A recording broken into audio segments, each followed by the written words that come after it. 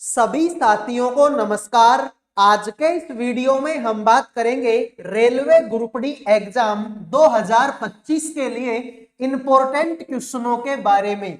जैसा कि आप सभी को पता है, रेलवे ग्रुप डी का एग्जाम जोरों शोरों से चल रहा है और मेरे भाई 2 दिन का एग्जाम बाकी है। एक तो 9 तारीख का और एक मेरे भाई आपके 10 तारीख का। तो जिन भी बच्चों का एग्जाम 9 फरवरी और 10 फरवरी को है, इस वीडियो को लास्ट तक देख लेना।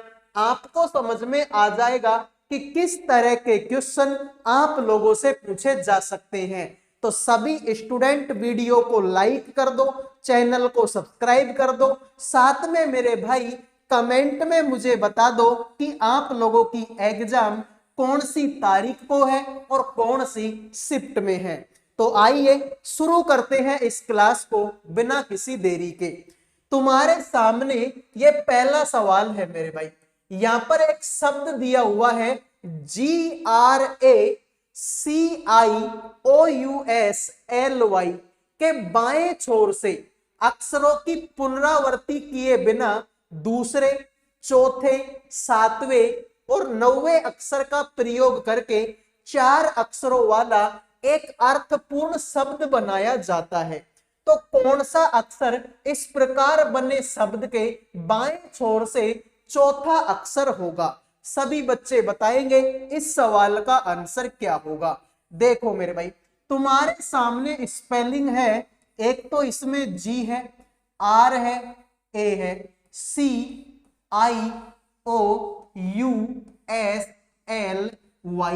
तुमसे बोला है कि मेरे भाई पुनरावृत्ति किए बिना दूसरा अक्षर लेना है, तो दूसरा अक्षर आर है। फिर मेरे भाई चौथा लेना है, तो चौथा अक्षर सी है। फिर मेरे भाई सातवां लेना है, तो पहला, दूसरा, तीसरा, चौथा, पांचवा, छठा, सातवां। सातवां यू है। और मेरे भाई नौवां, तो नौवां मेरे भाई आपका एल है। तो तुम्हारे सामने ये 4 अक्षर दिए हुए हैं। अब तुमसे बोला है कि इनसे एक अर्थपूर्ण शब्द बनाओ। तो मेरे भाई ऐसी कोई स्पेलिंग ढूंढो तुम्हारे माइंड में कि जिसमें ये चारों अक्षर आते हो। तो मेरे भाई एक स्पेलिंग होती है CURL, स्पेलिंग होती है CURL। सर कर्ल होता है, कर्ल मतलब होता है, ठीक है, बहुत सारी लड़कियों के बाल घुमावदार होते हैं, ठीक है, तो जिनको बोलते हैं कर्ली हेयर। ठीक है भाई, क्या बोलते हैं कर्ली हेयर। तो कर्ल का मतलब होता है घुमावदार, बोल सकते हैं इसको, ठीक है। तो तुमसे बोला है इस प्रकार बने शब्द के बाएं छोर से चौथा अक्षर। तो बाएं से चौथा, पहला, दूसरा, तीसरा, चौथा। चौथे नंबर पर क्या आया है? एन। इसका मतलब यही तुम्हारे सवाल का राइट आंसर हो जाएगा। उम्मीद करूंगा मेरे भाई ये सवाल आपके समझ में आ गया होगा। आइए अगले सवाल पर बढ़ते हैं। अगला सवाल देखो, उस समूह का चयन कीजिए जिसमें संख्याएं उसी प्रकार संबंधित है जिस प्रकार दिए गए समूह की संख्याएं संबंधित है। सभी बच्चे बताएंगे इस सवाल का आंसर क्या होगा। इन तीनों के बीच में आपस में कोई संबंध है, इन तीनों के बीच में आपस में कोई संबंध है। ऐसा ही संबंध आपको बताना है कि इनमें से किसके बीच में होगा। सभी बच्चे बताएंगे इस सवाल का आंसर क्या होगा। भाई अगर तुम ध्यान से देखोगे तो सवाल खुद चिल्ला चिल्ला के बोल रहा है कि मेरा आंसर ये होगा, मेरा आंसर ये होगा। सर कैसे, हमें भी तो बताओ। ध्यान से देखो मेरे भाई, देखो 15 में से 13 घटाओगे तो 2 आएगा, ठीक है। 20 में से 12 घटाओगे तो 8 आएगा, ठीक है। अगर मैं 2 को 5 से गुणा कर दूं तो 5 दूनी कितना होगा? 10, जो कि यहां पर है। अगर मैं 8 को 5 से गुणा कर दूं तो 8 पंजो 40, जो कि यहां पर है। बात तो सर सही है। इसका मतलब लॉजिक क्या बना? लॉजिक ये बना कि इसमें से इसको घटाना है और 5 से गुणा करना है, आंसर आएगा।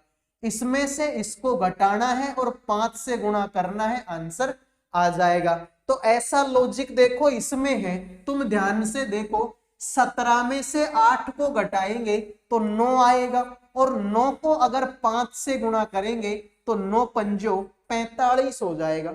इसका मतलब मेरे भाई राइट आंसर आप लोगों का क्या होगा, ऑप्शन नंबर क्या होगा, बी होगा।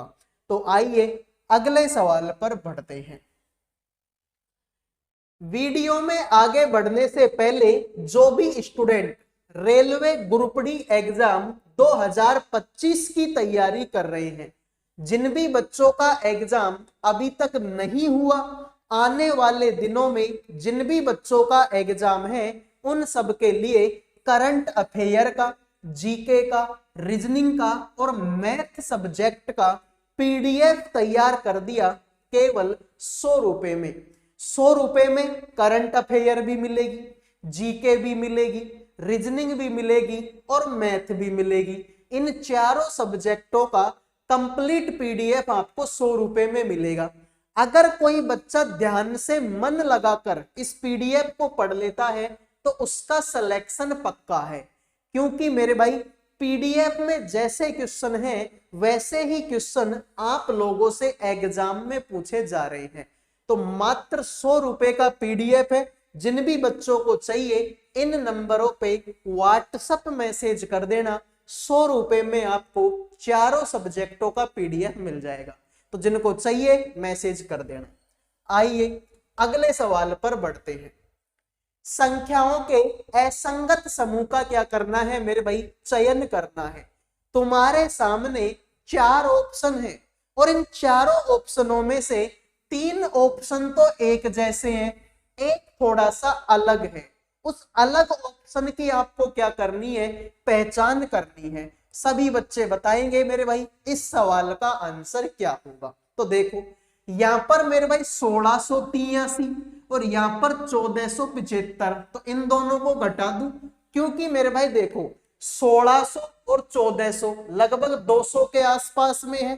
तो हाँ सर ऐसा हो सकता है। देखो 1683 में से अगर तुम 1475 घटाते हो तो आंसर कितना आता है, 13 में से 5 गया तो 8, 0 और यहां पर बचेगा 208। सर बिल्कुल इसका तो 208 आ गया। इसको देख लेते हैं, 1521 में से 1368, 1521 में से कितना घटाना है, 1368, 11 में से 8 गया तो 3 बचेगा मेरे भाई, 11 में से 6 गया तो 5 और यहां पर मेरे भाई 153 बचेगा। लेकिन सर इसमें तो 163 है, मतलब फिलहाल के लिए इसको गलत मान लो। यहां पर देखो 1800 कितना है, 64 और यहां पर है 1000 कितना मेरे भाई 9।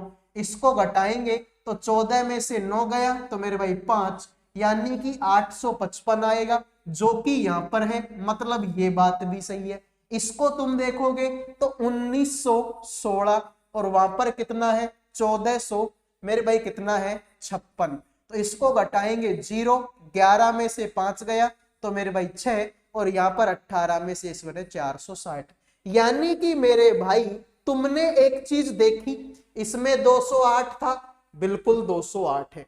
इसमें 855 है, बिल्कुल 855 है। इसमें 460 है, बिल्कुल 460 है। लेकिन यहां पर कितना है 153, जबकि सवाल में कितना है 163।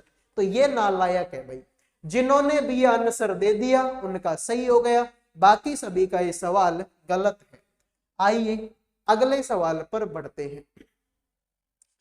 कथन निष्कर्ष का सवाल है, बेहतरीन तरीके का सवाल है, लेकिन ये कथन निष्कर्ष अलग तरीके के हैं। तुम कहीं इसमें वो वेन डायग्राम बनाने लग जाओ कि मेरे भाई कुछ ये है फिर वो है, सारे ये वो है, इस तरीके का वेन डायग्राम इन सवालों में नहीं बनेगा। कथन निष्कर्ष तो है लेकिन ये अलग तरीके का है।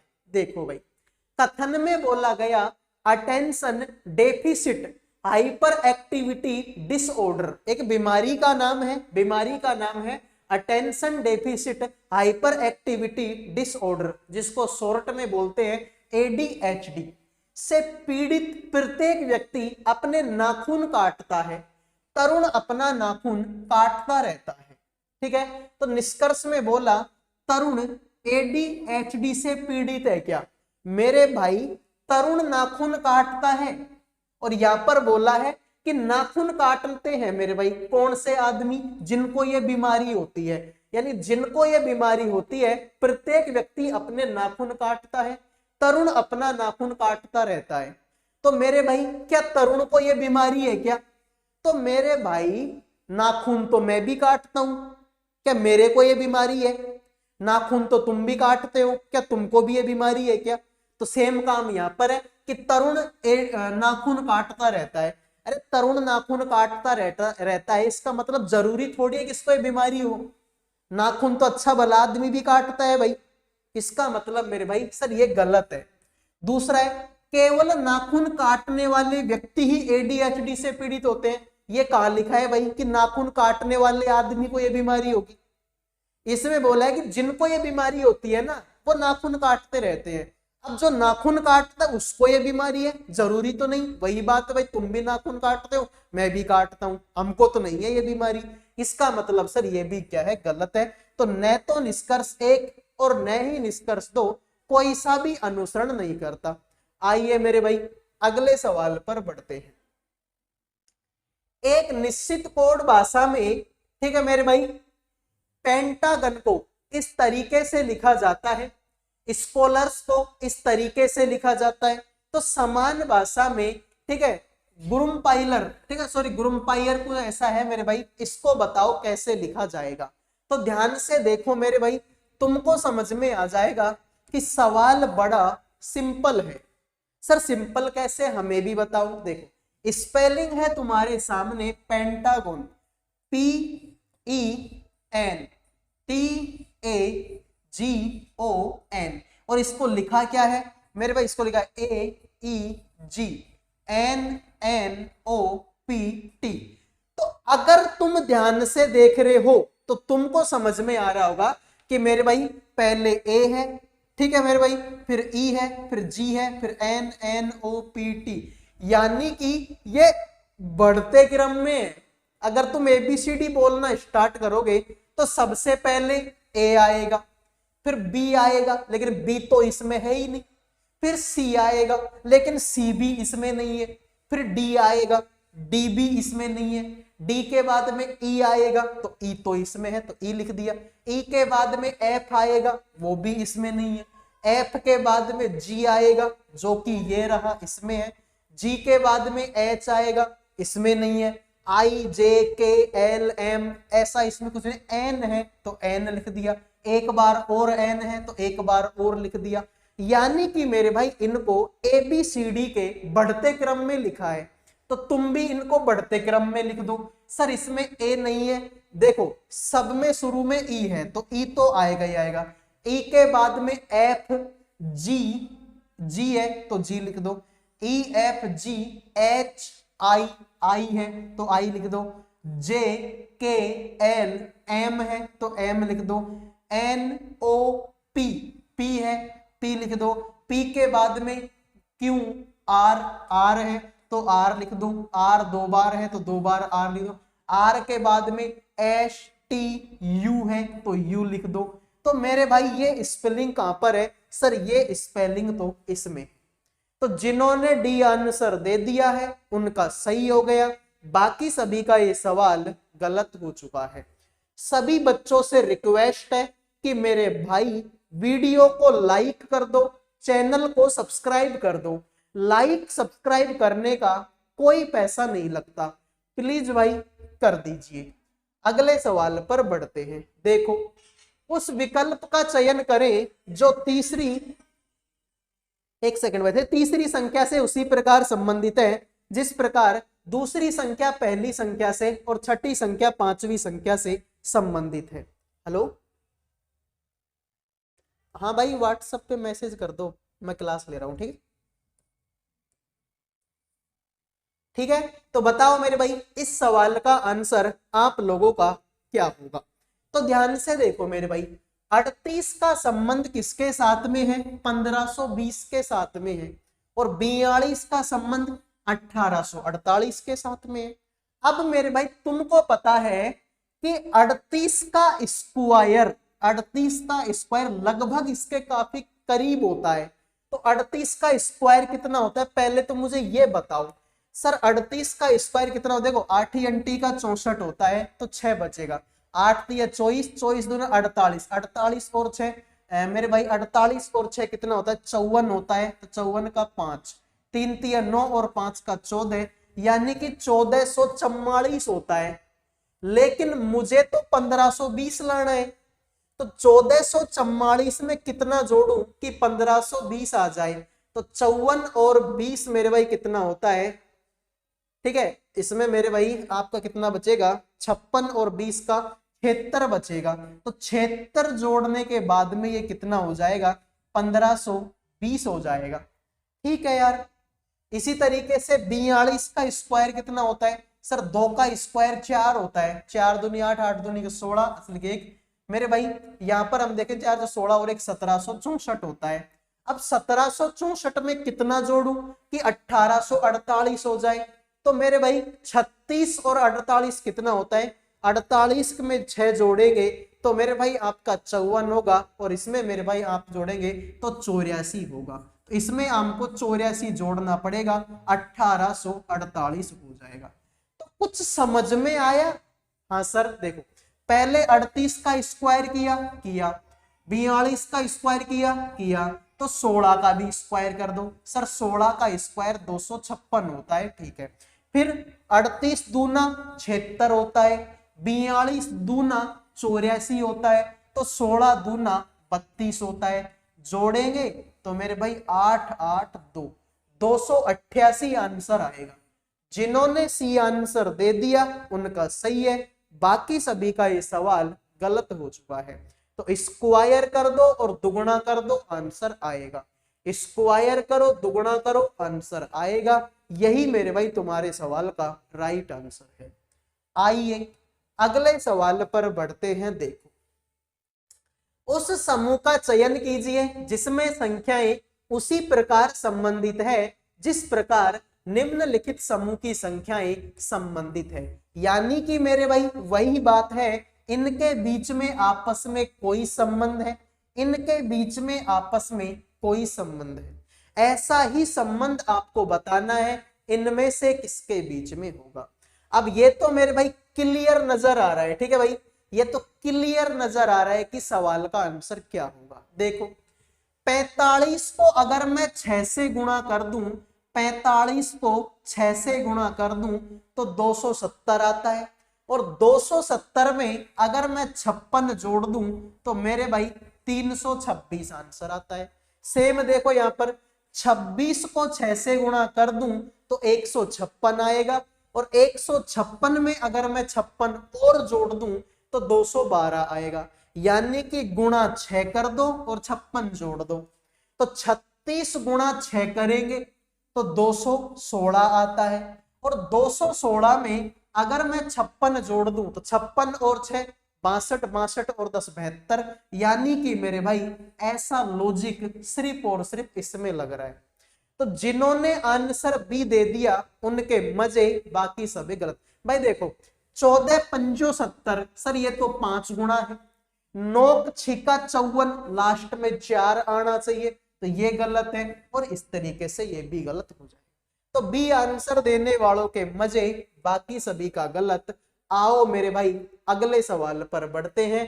कथन निष्कर्ष का सवाल है, तुरंत मेरे भाई इसका वेन डायग्राम बनाओ और बता दो आंसर क्या होगा।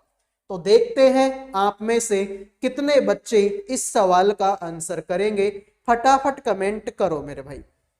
तो देखते हैं आप में से कितने बच्चे इस सवाल का आंसर करेंगे, फटाफट कमेंट करो। तो देखो भाई, तुमसे बोला सभी फल वाइन हैं, जितने भी फल हैं वो सारे के सारे क्या हैं, वाइन हैं। कुछ वाइन जूस है, कुछ वाइन ऐसे हैं जो कि जूस है। फिर मेरे भाई सभी जूस एल्कोहल हैं, जितने भी जूस हैं वो सारे के सारे एल्कोहल हैं। अब देखो तुमसे बोला है कुछ जूस एल्कोहल है क्या, सॉरी कुछ एल्कोहल जूस है क्या। हाँ मेरे भाई एल्कोहल का गोला इतना बड़ा और जूस का इतना सा, तो ये इसके अंदर ही तो है। इसका मतलब सर ये बात तो सही है, कुछ एल्कोहल जूस है। हाँ सर है। कुछ वाइन एल्कोहल है क्या? बिल्कुल मेरे भाई, देखो देखो ये वाइन का गोला है और ये एल्कोहल का है, तो इसका मतलब ये बात तो सही हो गई। तो दूसरी बात भी सही है। कुछ वाइन फल है क्या? बिल्कुल, वाइन का गोला इतना बड़ा, फल का गोला इतना सा, और है इसके अंदर ही, तो कुछ वाइन फल है। बिल्कुल मेरे भाई है। तो सभी निष्कर्ष क्या करते हैं? अनुसरण करते हैं। तो जिन्होंने सी आंसर दे दिया है उनके मजे हो गए, बाकी सभी का ये सवाल गलत हो चुका है। आओ मेरे भाई अगले सवाल पर बढ़ते हैं। देखो ऐसे सवालों में तुमको पेन उठाने तक की जरूरत नहीं है। ऐसे सवालों में पेन उठाने तक की जरूरत नहीं है। बिना पेन उठाए भी हम इस सवाल का आंसर कर सकते हैं। तुमसे बोला एक महिला की तस्वीर देखकर विनीता ने कहा वह मेरे पापा के भाई। अब मेरा पापा, उसका भाई, मेरा चाचा हुआ। देखो बड़ा होगा तो ताऊ होगा, छोटा होगा तो चाचा। तो मेरे भाई, मेरे पापा के भाई मतलब मेरा चाचा, मेरे चाचा के पापा मतलब मेरे दादा, मेरे दादा की पत्नी मेरी दादी चित्र में दिख रही है।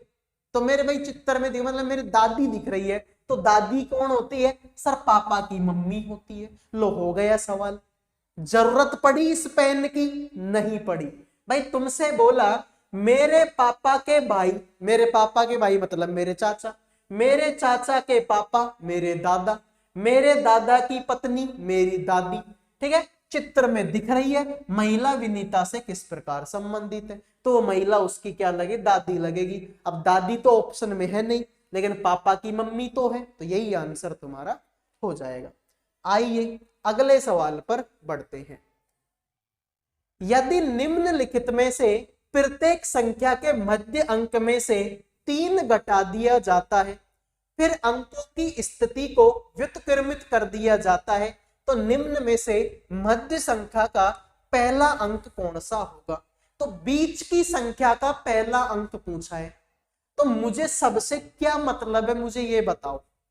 वैसे देखो सवाल तो बोल तो ये रहा है कि मेरे भाई मध्य के अंक में से 3 घटाओ, तो इसमें 9 है, तो 9 में से 3 घटाएंगे तो ये बचेगा कितना? 9 में से 3 घटाए 6 और ये 365 बचेगा। इसमें से मेरे भाई 2 तो 2 लिखेंगे, लेकिन 6 में से 3 घटाएंगे तो 3 बचेगा और 1 का 1 लिखेंगे। इसमें मेरे भाई 8 को 8, 6 में से 3 घटाएंगे तो 2 बचेगा, सॉरी 3 बचेगा और 4 का 4। सवाल तो ये बोल रहे इस तरीके से करो इसको। अरे लेकिन मैं क्यों करूं? सवाल में तो बोला है कि मध्य की संख्या के बारे में बोला है, तो मध्य की संख्या पे ही करो ना भाई, बाकी सबका क्या मतलब है? इतना टाइम थोड़ी है। अरे एग्जाम में इतना टाइम थोड़ी होता है। जब उसने बीच की संख्या के लिए बोला तो बीच की संख्या देख लो, 2 इधर से हटा दो, 2 इधर से हटा, तो बीच में ये बच रही है। तो इसमें मेरे भाई 8 को 8 लिखो, बीच के मध्य अंक में से 3 घटाना है, तो 6 में से 3 घटाओगे तो 3 बचेगा और 4 का 4 लिखेंगे। इसने बोला कि अंकों की स्थिति को व्युत्क्रमित कर दो, अंकों की स्थिति को व्युत्क्रमित कर दो, ये ऐसे है इसको ऐसे कर दो, यानी कि मेरे भाई 4 पीछे है इसको आगे लिख दो, 8 आगे है इसको पीछे कर दो और 3 तो बीच में है ही। तुमसे बोला कि पहला अंक कौन सा होगा? पहला अंक तो 4 है। हो गया सवाल। ठीक है, तो हो गया सवाल। जिन्होंने बी आंसर दे दिया उनका सही है, बाकी सभी का गलत हो गया। आओ मेरे भाई अगले सवाल पर बढ़ते हैं। वीडियो में आगे बढ़ने से पहले जो भी बच्चे रेलवे ग्रुप डी 2026 की तैयारी कर रहे हैं, आप सभी को पता है वैकेंसी आ चुकी है, तो 2026 की वैकेंसी के लिए चक्षु पब्लिकेशन की तरफ से बेहतरीन बुक मार्केट में आ चुकी है। इसमें आपको सारी सब्जेक्ट मिलेंगी, चाहे वो तुम्हारी जीके हो, मैथ हो, साइंस हो या फिर आपकी रीजनिंग हो। चक्षु पब्लिकेशन की जो बुक्स है इनकी खास बात यह है कि इसमें आपको सारी चीजें उस पैटर्न पर मिलती है जिस पैटर्न से तुम्हारी एग्जाम में क्वेश्चन आते हैं। यानी कि मेरे भाई अगर तुम ध्यान से देखोगे तो तुमको दिखेगा क्वेश्चन फिर उसके ऑप्शन, क्वेश्चन फिर उसके ऑप्शन, क्वेश्चन और फिर उसके ऑप्शन। तो इस तरीके से मेरे भाई आप जो है इन क्वेश्चनों से बेहतरीन तरीके से प्रैक्टिस कर सकते हैं। मान लो तुमको किसी क्वेश्चन का आंसर नहीं आता, तो मेरे भाई उसका डिटेल में आंसर भी आपको इसी बुक में मिल जाएगा। यानी कि क्वेश्चन मिलेंगे, उनसे आप तैयारी कर सकते हैं, प्रैक्टिस कर सकते हैं। फिर अगर तुमको किसी का आंसर नहीं आता तो उसका आंसर भी जो है आपको इसी बुक के अंदर देखने को मिलेगा। मेरे भाई मैं बात करूं चक्षु पब्लिकेशन की, तो अलग अलग एग्जाम्स के लिए अलग अलग बुक हैं। चाहे तुम एनटीपीसी की तैयारी कर लो, उसकी बुक भी इनके पास मिलेगी। तुम यूपीएसआई की तैयारी कर लो, वो भी इनके पास मिल जाएगी। यूपी पुलिस कांस्टेबल की तैयारी कर लो, वो भी इनके पास मिलेगी। अग्निवीर की तैयारी कर लो, वो भी मिल जाएगी। हर एग्जाम के लिए बुक इनके पास में अवेलेबल है। बात करें इनके कॉम्बो पैक की, तो यहाँ पर आप देख सकते हैं बुक्स के साथ साथ, ठीक है, स्टडी मटेरियल्स के साथ साथ आपको प्रैक्टिस सेट भी यहाँ पर देखने को मिलेगा। तो आप इनको जो है फ्लिपकार्ट से, अमेजन से, स्नैपडील, मीशो या चक्षु पब्लिकेशन की खुद की ऑफिशियल वेबसाइट है, वहां से परचेज कर सकते हो, या फिर वीडियो के डिस्क्रिप्शन में लिंक है, तो वहां से भी आप जो है इन बुक्स को परचेज कर सकते हैं। आगे आ जाओ। तुमसे बोला है कि 6 मित्र हैं, जे, के, एल, एम, एन और ओ, एक वृत्ताकार मेज के परितः केंद्र की ओर मुंह करके बैठे हैं। तो मेरे भाई देखो, ये तुम्हारी एक वृत्ताकार मेज हो गई, ठीक है, छोटा बना लेते हैं थोड़ा सा, 6 आदमी है, ठीक है भाई। तो ये तुम्हारी वृत्ताकार मेज है, 6 आदमी है, पहला, दूसरा, तीसरा, चौथा, पांचवा, छठा। सबका मुंह केंद्र की तरफ है, तो इधर को जाएंगे सबका दायां हाथ आएगा, इधर को जाएंगे सबका बायां हाथ आएगा। अब सवाल को देखो, तुमसे बोला कि जो एन है ना, एन एम के ठीक बगल में नहीं बैठा, एम जो है जे के ठीक बाएं बैठा है। तो तुम्हारा जहां मन करे वहां जे को बैठाओ। मेरा मन कर रहा है मैं यहां पर बैठाऊंगा, लेकिन जे के बाएं कौन बैठेगा? एम बैठेगा, तो एम को यहां बैठा दिया। तुमसे बोला कि जो जे है ना, जे एल के सम्मुख है, जे जो है एल के सामने है, जो कि के ठीक दाएं है। अब ये जो शब्द आता है ना, जो, मेरे शब्दों पे गौर करना कि ये जो शब्द आता है ना, ये हमेशा दूसरे वाले के लिए आता है। भाई यहाँ पर 2 है, एक तो जे है और एक के है, तो ये जो शब्द आता है जो, ये हमेशा इस दूसरे वाले के लिए आता है। तो जो के ठीक दाएं बैठा है, तो के दाएं कौन बैठा है? एल। तो के को यहां बैठा दो, ताकि के दाएं कौन बैठे? एल बैठे। शुरू में सवाल में बोला था कि जो एन है एम के ठीक बगल में नहीं है, तो एम के बगल में एन नहीं है, तो एन को तुम यहां बिठा दो। सारे आदमी बैठ गए, जे, के, एल, एम, एन और ओ को यहां बिठा दो। तुमसे बोला एल के बायां दूसरे स्थान पर कौन है? तो एल के बायां दूसरा, तो एल के बायां पहला और दूसरे नंबर पर कौन है? एन है। तो जिन्होंने एन आंसर दे दिया उनका सही है, बाकी सभी का ये सवाल गलत हो चुका है। आओ मेरे भाई अगले सवाल पर बढ़ते हैं। निम्नलिखित संख्या अनुक्रम में ऐसे कितने 5 हैं जिनके ठीक पहले 1 है? ऐसे 5 ढूंढ लो जिनके पहले 1 है। जैसे कि ये 5 है तो इसके पहले 1 है, 1 जोड़ा तो ये हो गया। 5 है लेकिन इसके पहले तो 3 है, तो ये तो गलत है। 5 के पहले 1 है, ठीक है, दूसरा ये हो गया। 5 के पहले 3 गलत, 5 के पहले 1 ठीक है, 5 के पहले 1 ठीक है, 5 के पहले 3 गलत। तो कितने जोड़े हुए? 1 2 3 4। यही तुम्हारे सवाल का राइट आंसर हो जाएगा। उम्मीद करूंगा मेरे भाई सवाल समझ में आ गया होगा। अगले सवाल को देखिए। उस विकल्प का चयन कीजिए जो 5वें अक्षर समूह से उसी प्रकार संबंधित है जैसे दूसरा अक्षर समूह पहले अक्षर समूह से और चौथा अक्षर समूह तीसरे अक्षर समूह से संबंधित है। देखो भाई, हो सकता है कि आपको डीजे की आवाज आ रही हो। मेरे बगल में एक शादी है तो डीजे बज रहा है, ठीक है भाई, अब खुशी का माहौल है तो उनको बजाने दो, हम तो पढ़ते हैं, ठीक है मेरे भाई। देखो, सब में शुरू का अक्षर इसका भी जे, इसका भी जे, इसका भी जे और इसका भी जे, तो शुरू के अक्षर को तो छोड़ दो। 1 सेकंड रुको भाई, मैं गेट बंद कर लेता हूं, कुछ ज्यादा ही आवाज जो है हमको आ रही है। ठीक है भाई, 1 सेकंड रुको, मैं गेट बंद कर लेता हूं, ठीक है। अब कुछ हद तक जो है डीजे की आवाज कम हो गई होगी। अब आ जाओ मेरे भाई, देखो तो शुरू का अक्षर तो जे है, तो इसको तो हम छोड़ते हैं, तुम आगे आ जाओ। देखो यहाँ पर ए है 1 नंबर पर और सी है 3 नंबर पर, यानी कि इसमें हमने 2 जोड़ा है।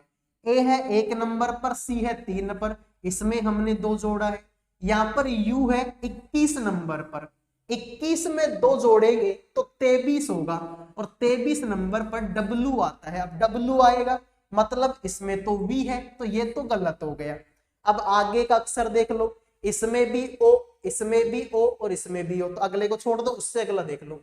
2 का क्यूब 8 होता है भाई, 2 का क्यूब कितना होता है? 8 होता है।